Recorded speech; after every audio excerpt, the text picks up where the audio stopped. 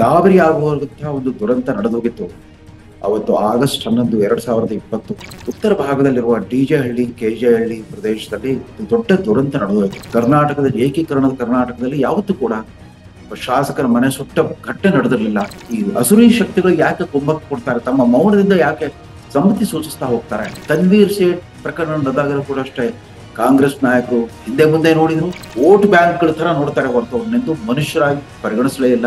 ಅಧಿಕಾರಾರೂಢ ಕಾಂಗ್ರೆಸ್ ಪಕ್ಷ ಯಥಾ ಪ್ರಕಾರ ಹಿಂಜರಿತದೊಂದಿಗೆ ಪ್ರತಿಕ್ರಿಯೆ ತೋರಿದೆ.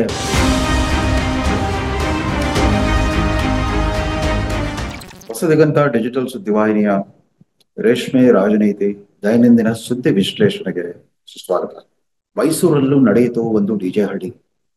ಈ ಡಿಜೆ ಹಳ್ಳಿ ಅಂದಾಕ್ಷಣವೇ ತಕ್ಷಣ ಗಾಬರಿ ಆಗ್ಬಿಡುತ್ತೆ. ವಿಶೇಷವಾಗಿ ಬೆಂಗಳೂರು ಮಹಾನಗರದ ನಾಗರಿಕರಿಗೆಲ್ಲ ಗಾಬರಿ ಆಗುವಂತಹ ಒಂದು ದುರಂತ ನಡೆದೋಗಿತ್ತು. ಅವತ್ತು ಆಗಸ್ಟ್ 11, 2020 ಆಗ ತಾನೇ ಕೋವಿಡ್ ಲಾಕ್ಡೌನ್ ಸಡಲಿಕೆ ಶುರುವಾಗಿತ್ತು. ರಾಜ್ಯಾದ್ಯಂತ ಮತ್ತು ರಾಷ್ಟ್ರಾದ್ಯಂತ ಜನ ಕೋವಿಡ್ ಸಾಂಕ್ರಾಮಿಕದ ಹಾವಳಿಯಿಂದ ಚೇತರಿಸಿಕೊಳ್ಳೋ ಸ್ಥಿತಿಯಲ್ಲಿದ್ದಾಗ ಬೆಂಗಳೂರಿನ ಉತ್ತರ ಭಾಗದಲ್ಲಿರುವ ಡಿಜೆ ಹಳ್ಳಿ, ಕೆಜೆ ಹಳ್ಳಿ ಪ್ರದೇಶದಲ್ಲಿ ಒಂದು ದೊಡ್ಡ ದುರಂತ ನಡೆದೋಯ್ತು.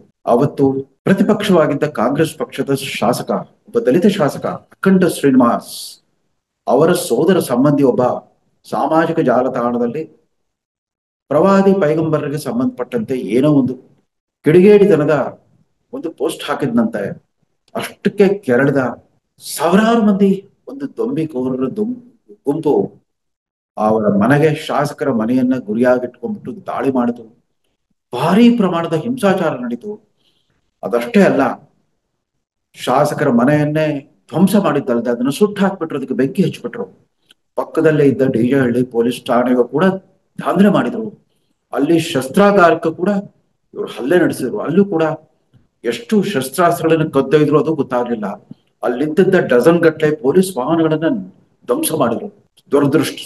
ಸುದೈವಶಾತ್ ಅವತ್ತು ಶಾಸಕರು ಮತ್ತು ಅವರ ಕುಟುಂಬ ವರ್ಗದವರು ಎಲ್ಲೋ ಹೊರಗಡೆ ಹೋಗಿದ್ರಂತೆ. ಮನೆಯಲ್ಲಿ ಇರದೇ ಇದ್ದಿದ್ರಿಂದ ಅವರು ಜೀವಂತವಾಗಿ ಬದುಕುಳಿದ್ರು. ಆದ್ರೆ ಅವರ ಮನೆ ಸಂಪೂರ್ಣವಾಗಿ ಸುಟ್ಟು ಭಗ್ನವಾಯಿತು. ಇದಾದ ನಂತರ ಮರುದಿನವೇ ಕಾಂಗ್ರೆಸ್ ಪಕ್ಷದ ಶಾಸಕ ಅಖಂಡ ಶ್ರೀನಿವಾಸ್ ಮತ್ತು ಅವ್ರ ಪತ್ನಿ ಮತ್ತು ಅವ್ರ ಮಕ್ಕಳು ಬೀದಿಯಲ್ಲಿ ನಿಂತಿದ್ರು. ರಸ್ತೆಯಲ್ಲಿ ನಿಂತು ತಮ್ಮ ಬವಣೆಯನ್ನು ತೋಡ್ಕೊಂಡ್ರು, ತಮ್ಮ ಗೋಳನ್ನು ತೋಡ್ಕೊಂಡ್ರು. ಯಾರು ನಮ್ಮ ನೆರವಿಗೆ ಬರಲಿಲ್ಲ. ಹತ್ತಿರದಲ್ಲೇ ಪೊಲೀಸ್ ಠಾಣೆ ಇದ್ರು ಕೂಡ ಏನು ಮಾಡ್ಲಿಕ್ಕಾಗ್ಲಿಲ್ಲ. ಆ ಪ್ರಮಾಣದಲ್ಲಿತ್ತು ದೊಂಬಿಕೋರರ ಗುಂಪು. ನಾವು ಯಾರು ಏನು ಅಪರಾಧ ಮಾಡಿದ್ರು ಅನ್ನೋದನ್ನ ಮನದಟ್ಟು ಮಾಡೋಕ್ಕಿಂತ ಮುಂಚೆನೆ ಏಕ್ದಮ್ ಈ ತರದ ಭಾರಿ ಹಿಂಸಾಚಾರ ನಡೀತು ಅಂತ ಗೋಳು ಹೊಯ್ಕೊಂಡ್ರು. ಆಗ ಕರ್ನಾಟಕದಲ್ಲಿ ಬಿಜೆಪಿ ಸರ್ಕಾರ ಅಧಿಕಾರದಲ್ಲಿತ್ತು.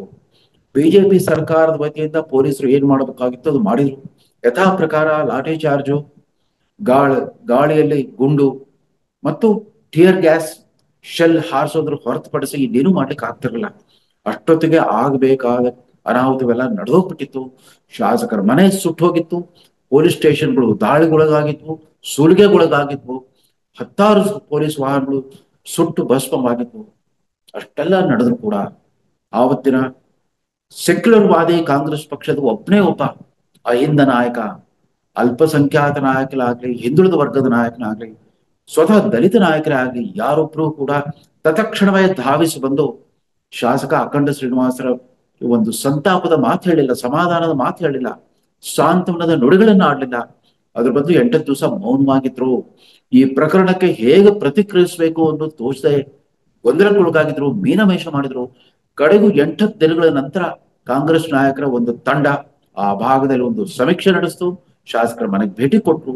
ಅವ್ರು ಯಾರು ಕೂಡ ಈ ದೊಂಬಿಕೋರರ ಬಗ್ಗೆ, ಈ ಕ್ರಿಮಿನಲ್ ಅಪರಾಧಿಗಳ ಬಗ್ಗೆ ಯಾರೊಬ್ರು ಕೂಡ ಕಟುವಾದ ಒಂದು ಪ್ರತಿಕ್ರಿಯೆ ಕೊಡ್ಲಿಕ್ಕೆ ಹಿಂದೆಟ್ ಹಾಕ್ಬಿಟ್ರು.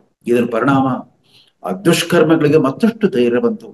ನಮ್ಗೇನು ಮಾಡ್ಲಿಕ್ಕೆ ಆಗಲ್ಲ, ನಮ್ಮ ಧಾರ್ಮಿಕ ಭಾವನೆಗಳನ್ನ ಯಾರಾದ್ರೂ ಕೆರಳಿಸ್ಬಿಟ್ರೆ ನಾವು ಏನ್ ಬೇಕಾದ್ರೂ ಮಾಡ್ಬೋದು, ಯಾರನ್ ಬೇಕಾದ್ರೆ ಪ್ರಭುತ್ವವನ್ನು ಗುರಿಯಾಗಿಟ್ಕೊಂಡ್ರು. ಪ್ರತಿ ಸಾರಿ ಪ್ರಭುತ್ವದ ಸಂಕೇತ ಅಂತಂದ್ರೆ ಪೊಲೀಸ್ ಸ್ಟೇಷನ್ಗಳು ಮತ್ತು ಸರ್ಕಾರಿ ಬಸ್ಗಳು. ಯಾವಾಗ್ಲೂ ಈ ತರ ಸಾರ್ವಜನಿಕ ದಂಗೆ ನಡೆದಾಗ್ಲೆಲ್ಲ ದೊಂಬಿಕೋರರು ಟಾರ್ಗೆಟ್ ಆಗೋದೇ ಈ ಸರ್ಕಾರಿ ಸಂಸ್ಥೆಗಳು. ಅಂದ್ರೆ ಪ್ರಭುತ್ವದ ಸಂಕೇತಗಳಾಗಿ ಕಾಣಿಸ್ತವೆ. ಅದರಲ್ಲೂ ವಿಶೇಷವಾಗಿ ಪೊಲೀಸರು. ಕೊನೆಗೂ 100 ಜನರನ್ನ ಪೊಲೀಸರು ಅವತ್ತು ಬಂಧಿಸಿದ್ರು. ಅನೇಕ ಜನ 10 ತಿಂಗಳು ನ್ಯಾಯಾಂಗ ಕಸ್ಟಡಿಯಲ್ಲಿ ಇದ್ರು. ಅಷ್ಟೊತ್ತಿಗಾಗಲೇ 2023 ಕಾಂಗ್ರೆಸ್ ಸರ್ಕಾರ ಬರ್ತಿರೋ ಹಂಗೇನೆ ಹಲವು ಕಾಂಗ್ರೆಸ್ MLA ಗಳು ಮತ್ತು ಮಂತ್ರಿಗಳೇ ಗೃಹ ಸಚಿವರಿಗೆ ಪತ್ರ ಬರೆದ್ರು. ಅವರು ಪಾಪ ಬಡಪಾಯಿಗಳು, ನಿರಪರಾಧಿಗಳು, ಅಮಾಯಕರು. ತಿಂಗಳಾನ್ಗಟ್ಲೆ ಅವ್ರು ಜೈಲಲ್ಲಿ ಇದ್ಬಿಟ್ಟು ಅವ್ರ ಕುಟುಂಬ ತುಂಬಾ ತೊಂದರೆ ಅನುಭವಿಸ್ತಾ ಇದ್ದಾರೆ. ಅವ್ರ ಮೇಲಿರೋ ಅವ್ರಿಗೆಲ್ಲ ಬೇಲ್ ಕೊಡಿಸಿ ಅಂತಂದ್ಬಿಟ್ಟು ಅವರೇ ಪತ್ರ ಬರೆದ್ರು. ಸರ್ಕಾರ ಕೂಡ ತಕ್ಷಣವೇ ಕಾರ್ಯ ಪ್ರವೃತ್ತರಾಗ್ಬಿಟ್ಟು ಬಹುಶಃ ಅವರ ಅನೇಕರು ಖುಲಾಸೆಯಾಗಿ ಹೊರಗೆ ಬಂದು ಆರಾಮಾಗಿ ಓಡಾಡ್ಕೊಂಡಿದ್ದಾರೆ ಅಂತ ಕಾಣುತ್ತೆ. ಇವ್ರ್ಯಾರು ಕೂಡ ಜವಾಬ್ದಾರಿಯುತ ಮುಸ್ಲಿಂ ನಾಗರಿಕರಾಗಿರ್ಲಿಲ್ಲ. ಅವರೆಲ್ಲ ವಿದ್ಯಾವಂತ ಮಧ್ಯಮ ವರ್ಗದ ಮುಸ್ಲಿಮರಾಗಿರ್ಲಿಲ್ಲ. ಅವರೆಲ್ಲ ಅರೆ ಶಿಕ್ಷಿತ ಮತ್ತು ಅರೆ ಉದ್ಯೋಗಸ್ಥ ಪುಂಡ ಪೋಖರಿಗಳ ತರ ವರ್ತಿಸಿದ್ರು. ಅವರಲ್ಲಿ ಅನೇಕರು ಕ್ರಿಮಿನಲ್ ಹಿನ್ನೆಲೆ ಅವರು ಇದ್ರೋ ಇಲ್ವೋ ಗೊತ್ತಿಲ್ಲ. ಅದರಲ್ಲಿ ಕೆಲವರು ಇದಕ್ಕೆ ಪ್ರಚೋದನೆ ಕೊಟ್ಟವರು, ಕೆಲವರು ಧರ್ಮಗಳು ಕೂಡ ಇದ್ರು ಅಂತ ಆ ಕಾಲದಲ್ಲೆಲ್ಲ ವದಂತಿಗಳು ಹರಡ್ತಾ ಇತ್ತು. TJ ಹಳ್ಳಿ ಪ್ರಕರಣ ಅಲ್ಲಿಗೆ ಮುಕ್ತಾಯವಾಯಿತು. ಆವತ್ತು ಅಧಿಕಾರದಲ್ಲಿದ್ದ ಭಾರತೀಯ ಜನತಾ ಪಕ್ಷ ಸರ್ಕಾರ ಎಷ್ಟರ ಮಟ್ಟಿಗೆ ಉಗ್ರ ಕ್ರಮ ಕೈಗೊಳ್ತೋ ಏನೋ, ಅದರ ಪರಿಣಾಮ ಏನಾಯ್ತು, ಮುಂದೆ ಕೋರ್ಟ್ ನಲ್ಲಿ ಏನಾಯ್ತು, ಅವ್ರು ಹಾಕಿದ ಕೇಸ್ಗಳ ಗತಿ ಏನಾಯ್ತು, ಯಾರು ಮತ್ತೆ ಆ ಕಡೆ ಮರು ಅವಲೋಕನ ಮಾಡೋ ಗೋಜಿಗೆ ಹೋಗ್ಲಿಲ್ಲ. ಇದ್ರ ಮಧ್ಯೆ ಕಾಂಗ್ರೆಸ್ನವ್ರು ಏನ್ ಮಾಡಿದ್ರು, ಕಾಂಗ್ರೆಸ್ನವರು ಮಾತೆತ್ತಿದ್ರೆ ದಲಿತರನ್ನ ಮತ್ತು ಮುಸಲ್ಮಾನರನ್ನ ವೋಟ್ ಬ್ಯಾಂಕ್ಗಳ ತರ ನೋಡ್ತಾರೆ ಹೊರತು ಅವ್ರನ್ನೆಂದು ಮನುಷ್ಯರಾಗಿ ಪರಿಗಣಿಸಲೇ ಇಲ್ಲ. ಅವ್ರನ್ನ ನ್ಯಾಯವಂತ ಪ್ರಜೆಗಳಾಗಿ ನೋಡೋದೇ ಇಲ್ಲ. ಈ ದೇಶದ ಕಾನೂನು ಪಾಲಿಸುವ ನಾಗರಿಕರ ತರ ಅವ್ರು ನೋಡೋದೇ ಇಲ್ಲ. ಏನೇ ಇದ್ರು ಕೂಡ ಅವ್ರು ವೋಟ್ ಬ್ಯಾಂಕ್ಗಳು. ಇಲ್ಲಿ ಬಲಿಪಶು ಆದವನು ಮನೆ ಸುಟ್ಟು ಹಾಕಿದ್ರಿಂದ ಬೀದಿ ಪಾಲಾಗಿದ್ದ ದಲಿತ ಶಾಸಕರ ಪರ ನಿಲ್ಲೋ ಒಬ್ಬರೇ ಒಬ್ಬ ದಲಿತ ನಾಯಕ ಪರಮೇಶ್ವರರಾಗ್ಲಿ ಮಹದೇವಪ್ಪನವರಾಗ್ಲಿ ಯಾರೊಬ್ರು ಕೂಡ ಒಂದು ಈ ದೊಂಬಿಕೋರರ ವಿರುದ್ಧ ಒಂದು ಕಟುವಾದ ಟೀಕಾತ್ಮಕ ಮಾತನಾಡ್ಲಿಕ್ಕೆ ಕೂಡ ಹಿಂದೇಟ್ ಹಾಕ್ಬಿಟ್ರು. ಹೋಗ್ರಿ, ಅಖಂಡ ಶ್ರೀನಿವಾಸ್ಗೆ ನೈತಿಕ ಬೆಂಬಲ ಕೊಡೋ ಗೋಜಿಗೂ ಹೋಗ್ಲಿಲ್ಲ. ಮುಂದೇನಾಯ್ತು, 2023 ಅಸೆಂಬ್ಲಿ ಚುನಾವಣೆಗಳು ಬಂದ್ವು. ಕಡೆ ಕ್ಷಣದವರು ತಮಗೆ ಟಿಕೆಟ್ ಸಿಗುತ್ತೆ, ಕಾಂಗ್ರೆಸ್ ಟಿಕೆಟ್ ಸಿಗುತ್ತೆ ಅಂತ ಕಾದ ಅಖಂಡ ಶ್ರೀನಿವಾಸರಿಗೆ ನಿರಾಸೆಯೇ ಕಾದಿತ್ತು. ಅವ್ರಿಗೆ ಟಿಕೆಟ್ ತಪ್ಪಿಸ್ಬಿಟ್ಟು ಯಾರು ಈ ದೊಂಬಿಕೋರರಿಗೆ ಪರೋಕ್ಷವಾಗಿ ವ್ಯಕ್ತಿಗತ ದ್ವೇಷದಿಂದ ಕಾರಣರಾಗಿದ್ರು ಅಂತ ವ್ಯಕ್ತಿಗೆ ಟಿಕೆಟ್ ಕೊಡ್ತು ಕಾಂಗ್ರೆಸ್ ಪಕ್ಷ. ಸೋಲಾಯ್ತು ಗೆಲುವಾಯ್ತು ಅದು ಬೇರೆ ಪ್ರಶ್ನೆ. ಆದ್ರೆ ಒಬ್ಬ ದಲಿತ ಶಾಸಕನ ಮನೆ ಸುಟ್ಟಿದ್ದಷ್ಟೇ ಅಲ್ಲ, ಆತನ ರಾಜಕೀಯ ಬದುಕಿಗೆ ಪೂರ್ಣ ವಿರಾಮ ಹೇಳ್ಬಿಟ್ರು ಇದೇ ಕಾಂಗ್ರೆಸ್ ನಾಯಕರು. ಆತನ ರಾಜಕೀಯ ಬದುಕನ್ನೇ ನಾಶ ಮಾಡ್ಬಿಟ್ರು. ಕರ್ನಾಟಕದ ಏಕೀಕರಣದ ಕರ್ನಾಟಕದಲ್ಲಿ ಯಾವತ್ತೂ ಕೂಡ ಶಾಸಕರ ಮನೆ ಸುಟ್ಟ ಘಟನೆ ನಡೆದಿರ್ಲಿಲ್ಲ. ಅದರಲ್ಲೂ ಒಬ್ಬ ದಲಿತ ಶಾಸಕನ ಮನೆ ಸುಟ್ಟ ಘಟನೆ ನಡೆದಿರ್ಲಿಲ್ಲ. ಮಾತೆತ್ತಿದ್ರೆ ಇಂತಹ ಪ್ರಸಂಗ ನಡೆದಾಗಲೆಲ್ಲ ಧಾವಿತ್ ಬರೋ ಪ್ರಗತಿಪರರು ಕೂಡ ಜಾಣ ಮೌನ ವಹಿಸಿದ್ರು ಯಥಾ ಪ್ರಕಾರ. ಇದಕ್ಕೂ ಮೊದಲು ಇಂತಹ ಘಟನೆ ಮೈಸೂರಲ್ಲೂ ನಡೆದಿತ್ತು. ಅಲ್ಲಿನ NR ಪುರ ಕ್ಷೇತ್ರದ ಅತ್ಯಂತ ಜನಪ್ರಿಯ ಕಾಂಗ್ರೆಸ್ ಶಾಸಕ ತನ್ವೀರ್ ಸೇಠ್ ಮೇಲೆ ನೇರವಾದ ಚಾಕು ಹಾಕಿದ ಪ್ರಕರಣ ನಡೀತು. ಅದು ಕೂಡ ಅವರಿಗೆ ಮರಣಾಂತಿಕ ಗಾಯಗಳಾಗಿತ್ತು. ಯಾವುದೋ ಒಂದು ಮದುವೆ ರಿಸೆಪ್ಷನ್ ನಲ್ಲಿ ಅವ್ರು ಕೂತಿರುವಾಗ ಅನಿರೀಕ್ಷಿತವಾಗಿ ಅವ್ರ ಮೇಲೆ ಹಲ್ಲೆ ಮಾಡಿದ ದಾಳಿಕೋರನೊಬ್ಬ ಆತ ತದನಂತರ STPI ಅಥವಾ PFI ಸಂಘಟನೆಗೆ ಸೇರಿದವನು ಅಂತಂದ್ಬಿಟ್ಟು ಗುರುತಿಸಿದ್ರು. ಅದ್ರ ಮುಂದೆ ಏನಾಯ್ತು ಗೊತ್ತಾಗ್ಲಿಲ್ಲ. PFI STPI ಮೇಲೆ ದಿಗ್ಬಂಧನ ವಿಧಿಸಿದ್ರು ನಿಜ. ಆದ್ರೆ ತನ್ವೀರ್ ಸೇಠ್ ಪ್ರಕರಣ ನಡೆದಾಗಲೂ ಕೂಡ ಅಷ್ಟೇ ಕಾಂಗ್ರೆಸ್ ನಾಯಕರು ಹಿಂದೆ ಮುಂದೆ ನೋಡಿದ್ರು, ಯಾವ ರೀತಿ ಪ್ರತಿಕ್ರಿಯೆ ತೋರದೆ ಗೊಂದಲಕ್ಕೊಳಗಾದ್ರು. ಅವತ್ತು ಉಸ್ತುವಾರಿ ಸಚಿವರಾಗಿದ್ದ BJP ಸರ್ಕಾರದ ಮಂತ್ರಿ V ಸೋಮಣ್ಣವರೇ ಅವ್ರ ಜಿಲ್ಲಾ ಉಸ್ತುವಾರಿ ಆಗಿದ್ದರಿಂದ ತನ್ವೀರ್ ಸೇಠ್ರನ್ನ ತುರ್ತಾಗಿ ಆಸ್ಪತ್ರೆಗೆ ದಾಖಲಿಸಿ ತದನಂತರ ವಾರಗಟ್ಲೆ ಅವರ ಚಿಕಿತ್ಸಾ ಪ್ರಗತಿಯನ್ನ ಅವರೇ ನಿರ್ವಹಣೆ ಮಾಡಿದ್ರೆ ಹೊರತು ಕಾಂಗ್ರೆಸ್ ನಾಯಕರು ಯಾರು ಅವ್ರ ನೆರವಿಗೆ ಧಾವಿಸಲಿಲ್ಲ. ತಮ್ಮದೇ ಪಕ್ಷದ ಒಬ್ಬ ಮುಸ್ಲಿಂ ನಾಯಕ ಅಥವಾ ದಲಿತ ನಾಯಕನಿಗೆ ಯಾರಾದ್ರೂ ದಲಿತರು ಅಥವಾ ಮುಸ್ಲಿಂರು ಈ ರೀತಿ ಕ್ರಿಮಿನಲ್ ಹಲ್ಲೆ ನಡೆಸಿದಾಗ ಏನೂ ಪ್ರತಿಕ್ರಿಯೆ ತೋರ್ದಿರೋ ಈ ಆಷಾಢಭೂತಿತನ, ಈ ಢೋಂಗಿತನ ಇದೆಯಲ್ಲ, ಇದು ಸೆಕ್ಯುಲರಿಸಂನ ಲಕ್ಷಣವಲ್ಲ. ಇದ್ರ ಪರಿಣಾಮ ಏನಾಯ್ತು ಅಂದ್ರೆ ಮೊನ್ನೆ ತಾನೇ ಸೋಮವಾರ ಮತ್ತು ಮಂಗಳವಾರ ಮಧ್ಯರಾತ್ರಿ ನಡುವೆ 10-11ನೇ ತಾರೀಕು ನಡುವೆ ಮತ್ತೊಬ್ಬ ಯಾರೋ ಒಬ್ಬ ಕಿಡಿಗೇಡಿ ಸಾಮಾಜಿಕ ಜಾಲತಾಣದಲ್ಲಿ ಅಂದ್ರೆ ದಿಲ್ಲಿ ಚುನಾವಣಾ ಫಲಿತಾಂಶ ಬಂದ ನಂತರ ಅರವಿಂದ್ ಕೇಜ್ರಿವಾಲ್, ರಾಹುಲ್ ಗಾಂಧಿ ಮತ್ತು ಅಖಿಲೇಶ್ ಯಾದವ್ ಈ ಮೂವರು ರಾಜಕಾರಣಿಗಳ ಮುಖಗಳನ್ನ ಬಳಸ್ಕೊಂಡ್ಬಿಟ್ಟು ಏನೋ ಒಂದು ಕಿಡಿಗೇಡಿತನದ ಸಾಮಾಜಿಕ ಜಾಲತಾಣದಲ್ಲಿ ಒಂದು ಟಿಪ್ಪಣಿಯನ್ನು ಹಾಕಿದ್ದಂತೆ. ಅದು ಧಾರ್ಮಿಕ ಭಾವನೆಗಳನ್ನು ಕೆರಳಿಸೋ ತರ ಇತ್ತಂತೆ. ಅದು ಸಾಮಾಜಿಕ ಜಾಲತಾಣ ವೈರಲ್ ಆಗ್ತಿರೋ ಹಾಗೇನೆ ತಕ್ಷಣವೇ ಆ ಭಾಗದ ಮುಸ್ಲಿಮ್ರೆಲ್ಲ ಸಾವಿರಾರು ಜನ ಮುಸ್ಲಿಮ್ರು ಒಂದ್ ಕಡೆ ಸೇರಿದ್ರು, ಮಹದೇವಪುರ ಪ್ರದೇಶದಲ್ಲಿ ಸೇರಿದ್ರು. ಅವ್ರಿಗೊಬ್ಬ ಮುಫ್ತಿ ಮುಷ್ತಾಕ್ ಮಕ್ಬೂಲ್ ಅನ್ನೋ ಧರ್ಮಗುರು ಅವ್ರನ್ನ ಉದ್ದೇಶಿಸಿ ಮಾತಾಡಿದ್ರಂತೆ.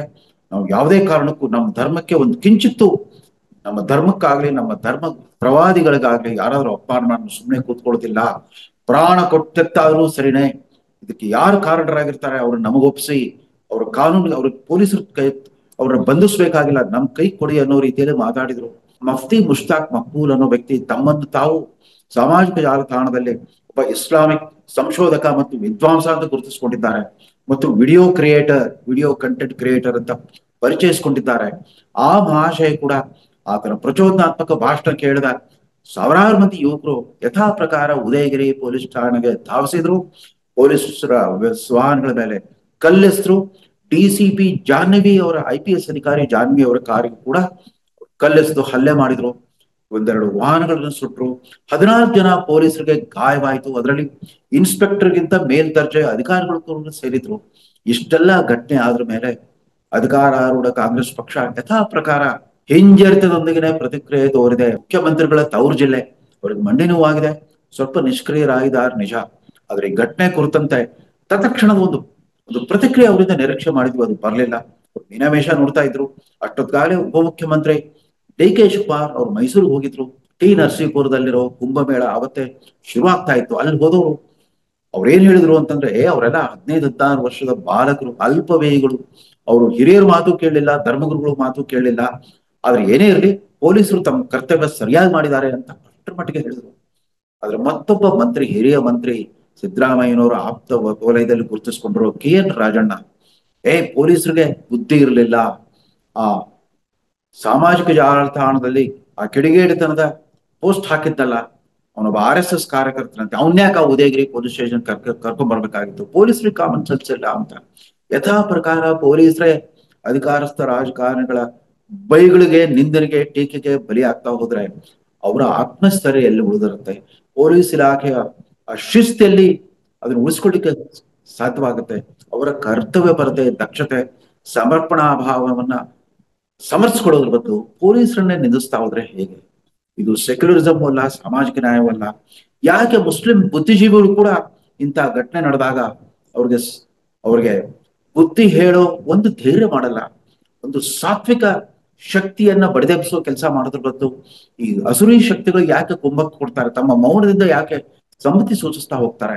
ನರೇಂದ್ರ ಮೋದಿ ಅವರು 2019ರಲ್ಲಿ ಅವ್ರ ಸರ್ಕಾರ ಕಾಶ್ಮೀರದ ವಿಶೇಷ ಸ್ಥಾನಮಾನ ರದ್ದುಗೊಳಿಸೋ ಆರ್ಟಿಕಲ್ 370 ಸಂಬಂಧಪಟ್ಟಂತೆ ಒಂದು ದಿಟ್ಟ ನಿರ್ಧಾರ ಕೈಗೊಂಡಾಗ, ಆರ್ಟಿಕಲ್ 370 ರದ್ದುಗೊಳಿಸಿದಾಗ ಕಾಶ್ಮೀರಿ ಯುವಕರಿಗೆ ಒಂದು ಸಂದೇಶವನ್ನು ಕೊಟ್ಟರು. ನೀವು ಕೈಯಲ್ಲಿ ಕಲ್ಲು ಮತ್ತು ಗನ್ ಹಿಡಿಯೋದ್ರ ಬದಲು ತಾವೆಲ್ಲ ಕುರಾನ್ ಮತ್ತು ಕಂಪ್ಯೂಟರ್ ಹಿಡ್ಕೊಳ್ಳಿ, ಒಂದು ಹೊಸ ಬದುಕನ್ನ ಕಟ್ಕೊಳ್ಳಿ, ಭಯೋತ್ಪಾದನೆಯನ್ನ ಬಿಟ್ಬಿಡಿ, ಧಾರ್ಮಿಕ ಮತೀಯವಾದದಿಂದ ಹೊರಗೆ ಬನ್ನಿ ಅಂತ ಕರೆ ಕೊಟ್ಟರು. ಕಳೆದ 4 ವರ್ಷದಲ್ಲಿ ಕಾಶ್ಮೀರದಲ್ಲಿ ಬದಲಾವಣೆ ಆಗಿದೆ. ಭಾರತದ ಭದ್ರತಾ ಪಡೆಗಳ ವಿರುದ್ಧ ಕಲ್ಲು ತೂರಾಟ ಮಾಡ್ತಿದ್ದ ಯುವಕರೆಲ್ಲ ಖಂಡಿತವಾಗಿಯೂ ಮೋದಿ ಅವರ ಮಾತಿಗೆ ಸ್ಪಂದಿಸೋರ ತರ ಇವತ್ತು ಕುರಾನ್ ಮತ್ತು ಕಂಪ್ಯೂಟರ್ ಹಿಡ್ಕೊಂಡ್ಬಿಟ್ಟು ವಿದ್ಯಾವಂತರಾಗ್ತಿದ್ದಾರೆ, ಸಮೃದ್ಧವಾದ ಉದ್ಯೋಗಾವಕಾಶಗಳನ್ನು ಪಡ್ಕೊಳ್ತಾ ಇದ್ದಾರೆ, ಕ್ರೀಡಾಪಟುಗಳಾಗ್ತಾ ಇದ್ದಾರೆ, IAS ಅಧಿಕಾರಿಗಳಾಗ್ತಾ ಇದ್ದಾರೆ, ಹೊಸ ಬದುಕನ್ನು ಕಟ್ಕೊಂಡಿದ್ದಾರೆ. ಕರ್ನಾಟಕದ ಮುಸ್ಲಿಂ ಬಾಂಧವರಿಗೂ ಕೂಡ ಆ ತರದ ಒಂದು ಆತ್ಮಾವಲೋಕನ ನಡೀಬೇಕಾಗಿದೆ, ಹೊಸ ಜ್ಞಾನೋದಯ ಆಗ್ಬೇಕಾಗಿದೆ. ಮುಸಲ್ಮಾನರು ಕೂಡ ಈ ದೇಶದ ಸತ್ಪ್ರಜೆಗಳು, ನ್ಯಾಯವಂತ ನಾಗರಿಕರು ಅನ್ನೋ ರೀತಿಯಲ್ಲಿ ಅವ್ರು ವರ್ತಿಸೋದಿರ್ಲಿ. ಅವರ ವೋಟ್ ಬ್ಯಾಂಕಿಗೆ ಗುರಿ ಇಟ್ಟು ಬಾಯಿ ಬಿಟ್ಕೊಂಡು ಸುಮ್ಮನಿರೋ ಸೆಕ್ಯುಲರ್ ಪಕ್ಷಗಳು ಮತ್ತು ಬುದ್ಧಿಜೀವಿಗಳು ಕೂಡ ಅವ್ರನ್ನ ಮನುಷ್ಯರಂತೆ ನೋಡ್ಬೇಕೇ ಹೊರತು ಬರೀ ಕೇವಲ ವೋಟ್ ಬ್ಯಾಂಕ್ಗಳ ತರ ಅಲ್ಲ. ವೋಟ್ ಬ್ಯಾಂಕ್ ಅಂದ್ರೆ ಒಂದು ರಾಜಕೀಯ ಒತ್ತಿ ಆಳುಗಳ ತರ ನೋಡ್ತಕ್ಕದ್ದಲ್ಲ. ಎಲ್ಲಿವರೆಗೂ ಇದು ಸಾಧ್ಯವಾಗೋದಿಲ್ವೋ, ಮತ್ತೊಂದು ಧ್ರುವದಲ್ಲಿ ಹಿಂದುತ್ವವಾದಿ ನೇತಾರರಿಗೂ ಕೂಡ ಭಾರತೀಯ ಮುಸಲ್ಮಾನರನ್ನ ನಮ್ಮ ದೇಶ ಬಾಂಧವರಂತೆ ನೋಡ್ಬೇಕು, ಸಹೋದರತ್ವ, ಸಮಾನತೆಯ ಭಾವನೆಯಿಂದ ನೋಡ್ಬೇಕು. ಅವ್ರನ್ನ ಪರದೇಶಗಳಂತೆ, ಅವ್ರನ್ನ ಅನಾಥರಂತೆ, ದೇಶದ್ರೋಹಿಗಳಂತೆ ಅನುಮಾನದಿಂದ ನೋಡೋದು ಬಿಟ್ಟು ವಿಶ್ವಾಸದಿಂದ ನೋಡ್ಬೇಕು. ಅವ್ರಿಗೂ ಕೂಡ ಗುಣಮಟ್ಟದ ಶಿಕ್ಷಣ, ಗುಣಮಟ್ಟದ ಉದ್ಯೋಗ, ಗುಣಮಟ್ಟದ ವಸತಿ ಮತ್ತು ಆರೋಗ್ಯ ಸೇವೆಯ ಸವಲತ್ತುಗಳು ಲಭ್ಯವಾಗುವ ರೀತಿಯಲ್ಲಿ ಯಾವ ರೀತಿ ಮೋದಿ ಅವರು ಹೇಳಿದಾರೋ, ಸಬ್ಕಾ ಸಾಥ್ ಸಬ್ಕಾ ವಿಕಾಸ್ ಸಬ್ಕಾ ವಿಶ್ವಾಸ್ ಅನ್ನೋ ಸಂದೇಶವನ್ನ ಅವ್ರಿಗೆ ಮನವರಿಕೆ ಮಾಡಿಕೊಟ್ಟು ಸರಿದಾರಿಯಲ್ಲೇ ತರಬೇಕು ಹೊರತು ಕೇವಲ ಉದಯಗಿರಿ ಮಾತ್ರವಲ್ಲ, ಇಡೀ ಕರ್ನಾಟಕವೇ DJ ಹಳ್ಳಿ ಆಗ್ಬಿಡೋ ಒಂದು ದುರಂತ ಕಾದಿದೆ ಅಂತ ಹೇಳ್ತಾ ಈ ಸಂಚಿಕೆಯನ್ನು ಮುಗಿಸ್ತಾ ಇದ್ದೇನೆ. ನಮಸ್ಕಾರ.